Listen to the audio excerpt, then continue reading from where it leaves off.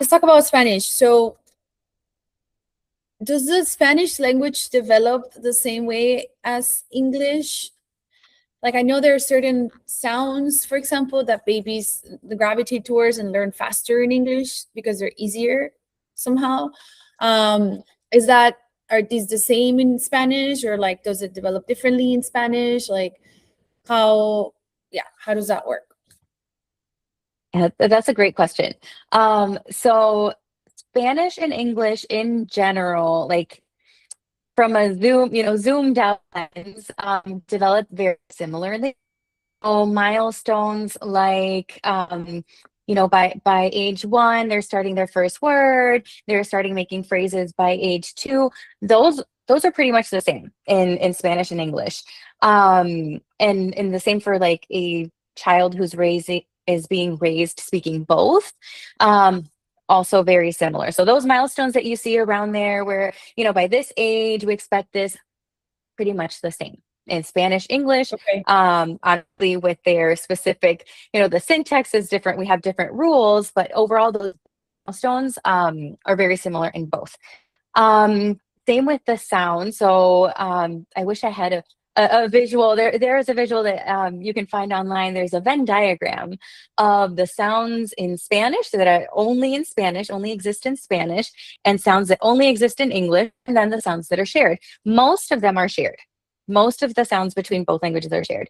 So those early developing sounds, the P, B, M, T, D, those early sounds develop around the same time in both Spanish and English, and they're shared. Okay. The differences, kind of, you'll see those later on with the later developing sounds. So in Spanish, we have the trilled R, la r. That doesn't develop until almost 7 years old, and it doesn't exist in English. So that is the last. Yeah, so that is the last phoneme, the last sound that is developed in the Spanish language, because it is very complex. So some children will get it very early on, but data shows like 85% of children by 7 years old can produce the trilled R. So that's kind of where that line is. You're shocked. I'm shocked. Like, what? I'm shocked because I feel like, for me, and I think I speak for a lot of Latin parents too, but again, everyone's different. But the fact, like, I want her to be able to pronounce carro, or like stuff like for me, that's just like speaking Spanish properly, if that makes sense. And like, it's such a distinct sound that my husband, who's American, just cannot do.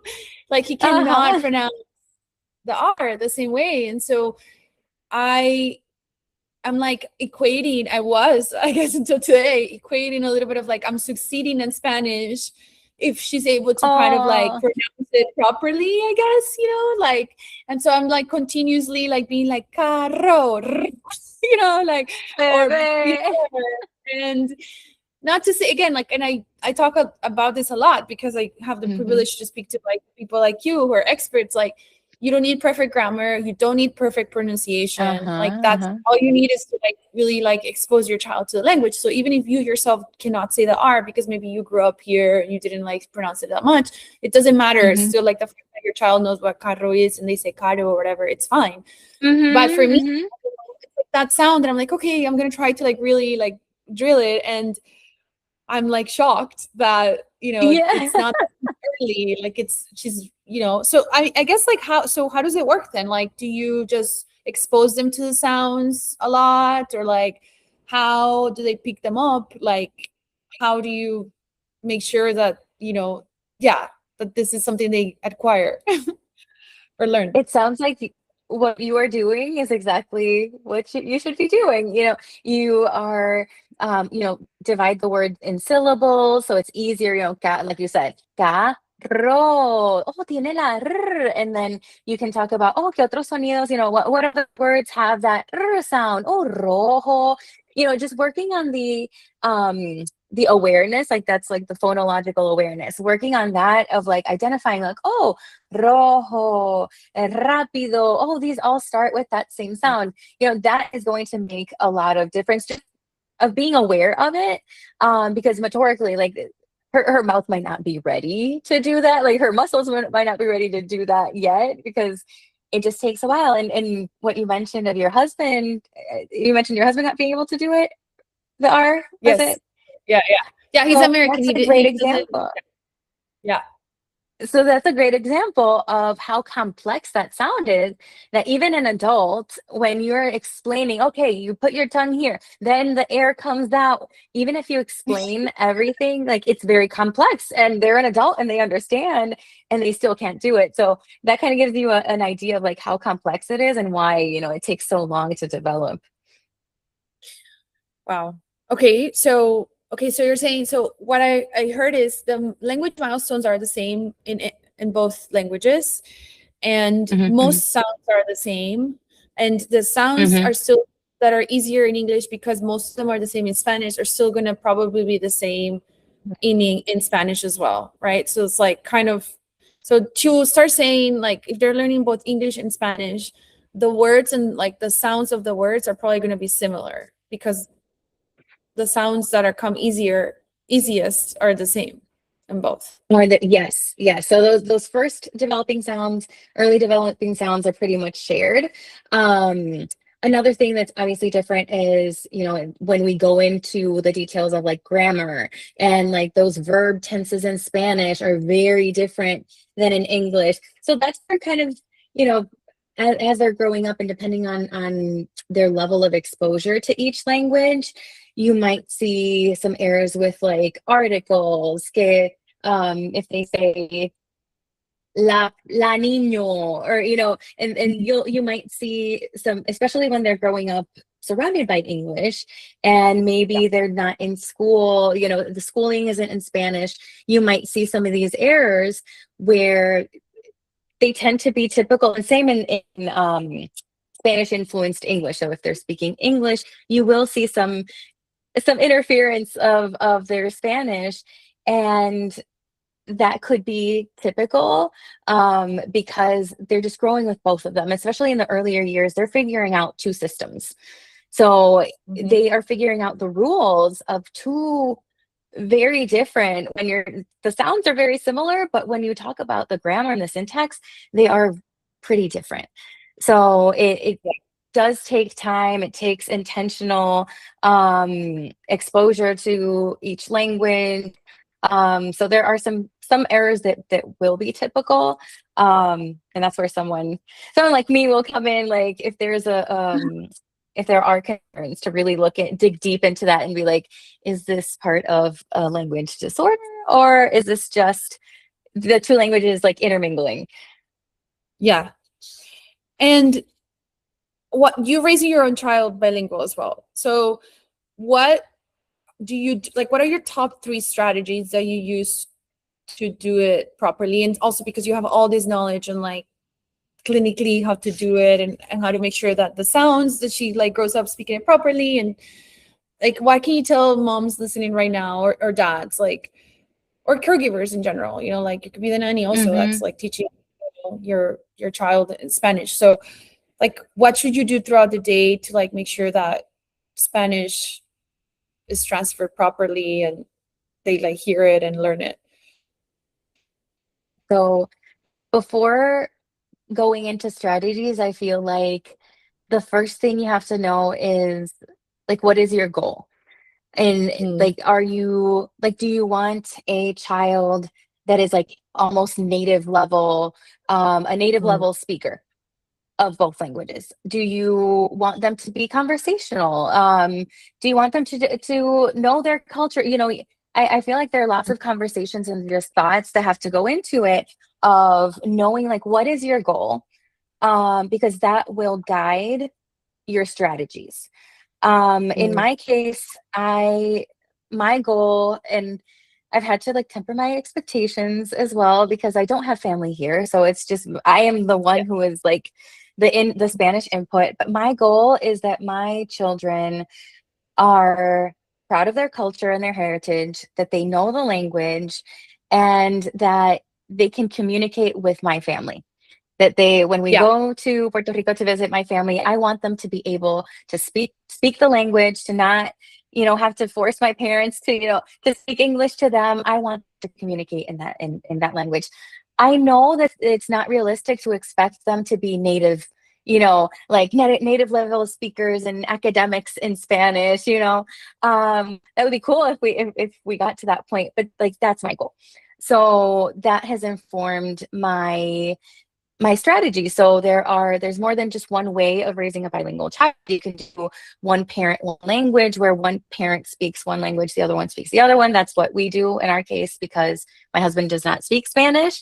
He's learning alongside the kids, but he's not Really? Oh, that's better than fluent. mine. He's not learning. He understands it, but he doesn't speak it at all. I hear you. It's like when you are the parent who is responsible for instilling the language, it's like hard. It's hard because, and especially on English, on a different language, if you're in an environment where there's another language that's the dominant language. So for example, for us it's English. Like you are outside and you have to speak and you speak in Spanish to like give them that interaction in Spanish, but then other people are kind of like, they don't understand what you're saying. Or like if my husband's family speaks English, they don't know what I'm saying. And it's a lot of pressure. It could be a lot of pressure. So I totally hear you. It's more about like, what do you want? Yeah, I agree, to get what level of fluency, or to me, it's like giving them the exposure, and then that opens the door to kind of like the culture and the heritage and the beauty of our world and our country and our people. And then hopefully if she wants to take it for more, then she can, with the foundations that we gave them when they were younger. Because it's a lot easier, to your point earlier, to get all of this absorbed when they're younger. Later on, it's a little bit harder. So absolutely. Yeah. And so that will really inform, like, once like, okay, what's my goal, then you come up with a plan. Like, okay, are we going to do one parent, one language? I was kind of forced into that because my husband didn't speak Spanish. Are you going to do minority language at home? And, which is what my parents did with me was minority language at home, only Spanish all the time at home. So they front loaded the Spanish, knowing that, once I started school, there was no bilingual program in the 80s in Tennessee where I was. So I was going to go to school in English. And so I am so proud of my parents, and like the fact that they didn't have a background in like an education or anything, but they were like, this is super important to us. So we are going to really, really focus on Spanish, speak Spanish everywhere, and then by the time I started school, that's when I started learning English. So, that your goals inform your plan. You figure out your plan, whichever it is, right? And then another huge part is like that community, like your village. Like in my case, my in-laws are the ones we see all the time, and so they speak English and German. So I had conversations with them, and obviously with my husband, like he was the first one. We had conversations of like, I want to raise our children bilingual. Spanish is super important to me. Are you on board with this? I need you to be on board. Talking to the people around us, I talked to my in-laws and said, hey, I am doing Spanish only.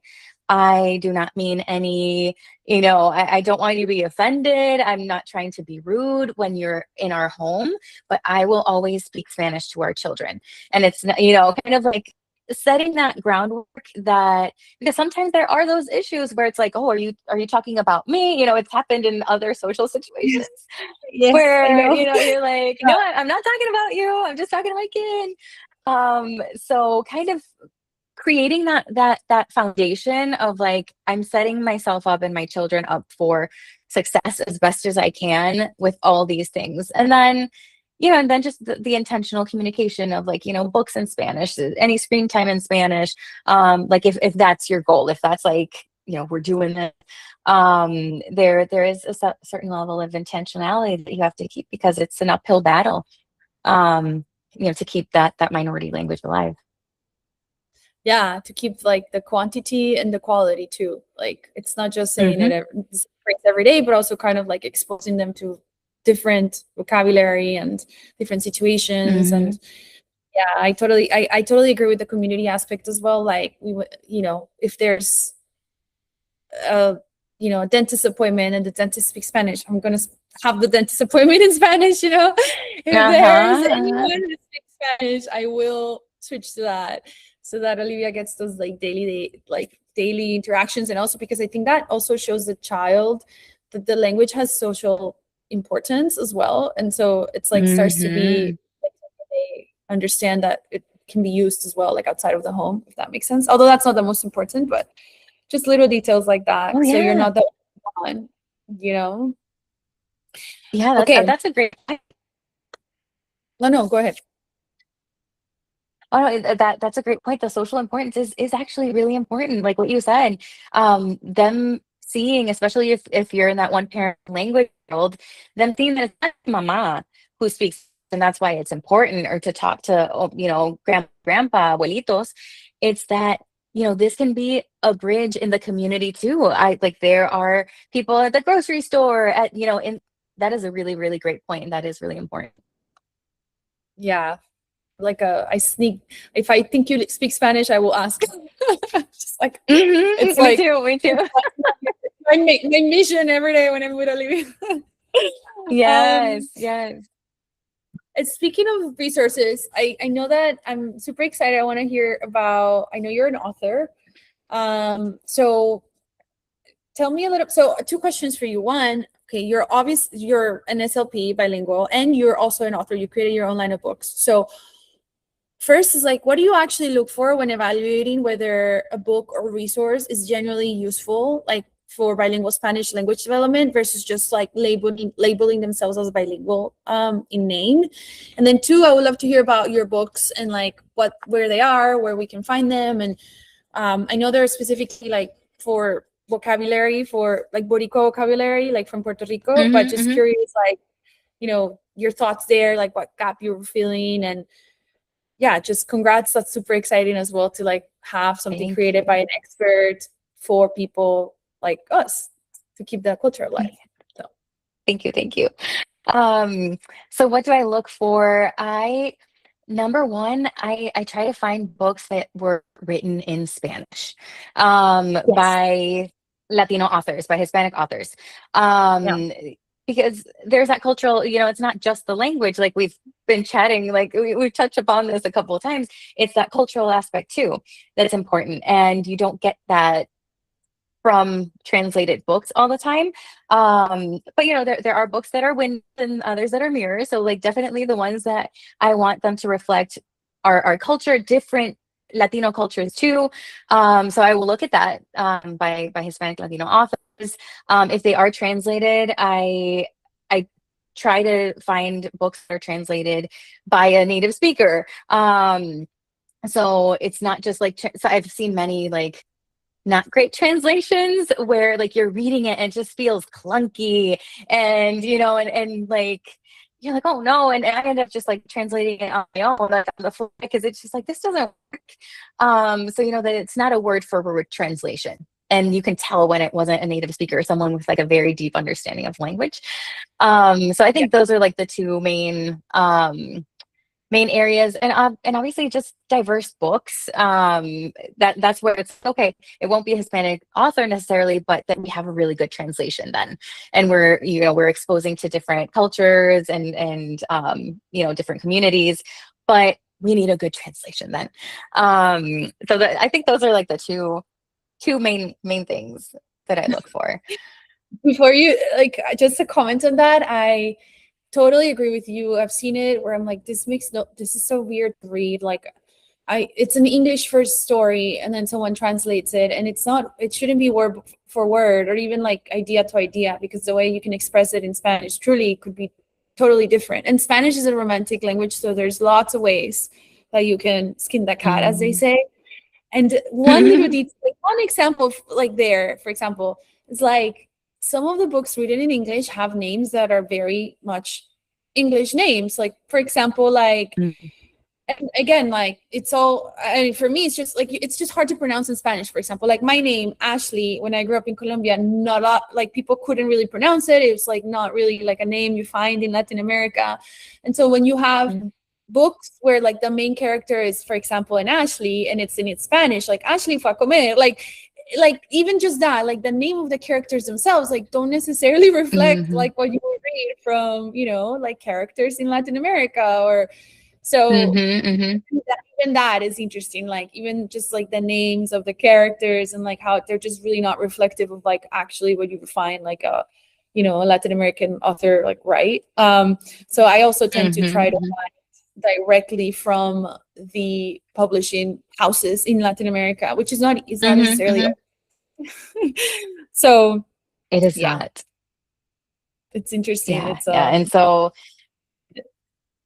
yeah, but and that's kind of segue to why I started my book. Like it was kind of like it's not easy to find books written in Spanish.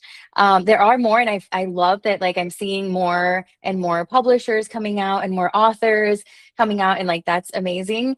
But one thing, being a speaker of a non-standard Spanish, there were yeah, almost no materials that reflected the way I speak Spanish and Puerto Ricans speak yeah, Spanish. So, all of our books come from Mexico, from yeah, España, so even growing up, like going to school in Puerto Rico, most of our books came from other countries, other Spanish speaking countries.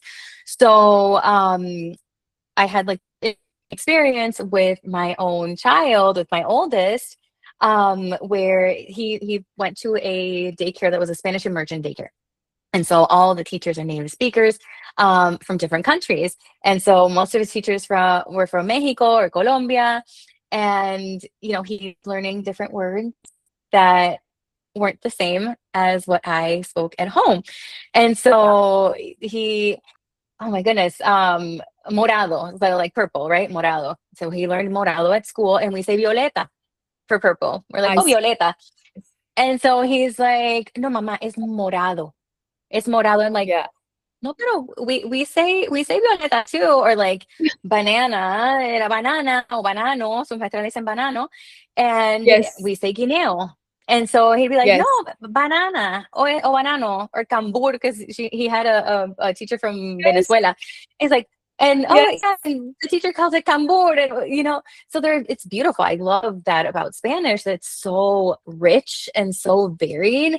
But I was like, oh man, I want him to learn the Puerto Rican dialect. And we don't have many Puerto Rican friends around here, so we're not surrounded by it. Like, what do I do? How do I teach him?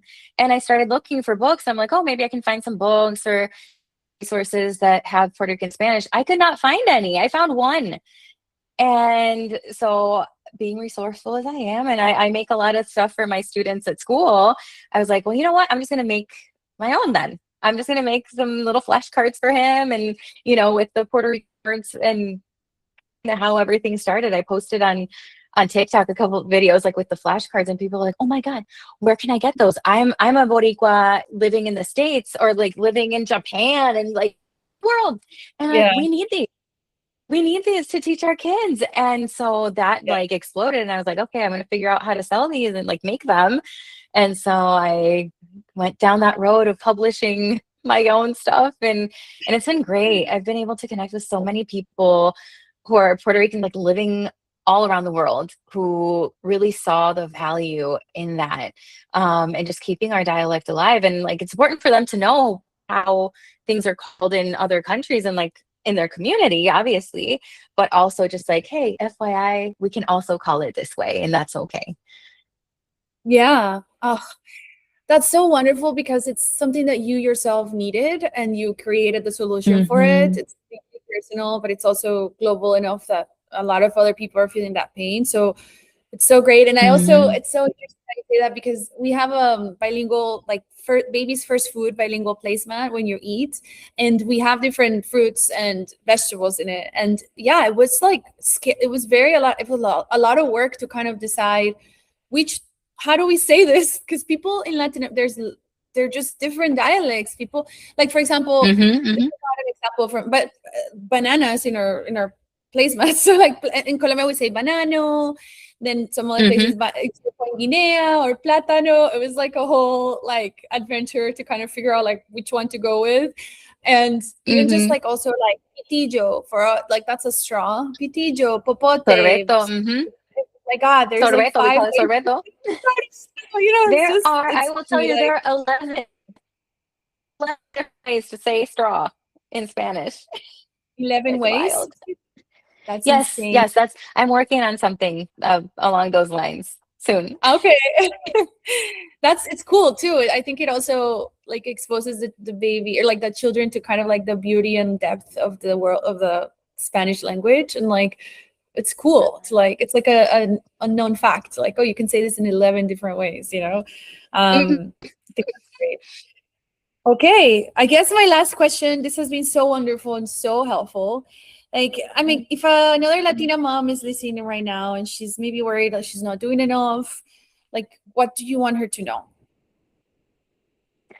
I would say that if the fact that you are listening to this right now means that you care enough to find more information, which would tell me that you're already doing a lot, that you're doing a great job. I think a lot of times we're so hard on ourselves, and this is like coming from my mom heart, and we're so hard on Yes. ourselves. We want to do everything. Obviously, we want the best for our babies. And in this day and age that there's access to so much information, like, we're scrolling until midnight, finding out, is my child developing okay? What can I do next? What other resources can I buy? And I just want to say that you are doing enough, that you are doing an amazing job, and to just give yourself some grace. Temper, a lot of us struggle with perfectionism, I feel like, in this area as well.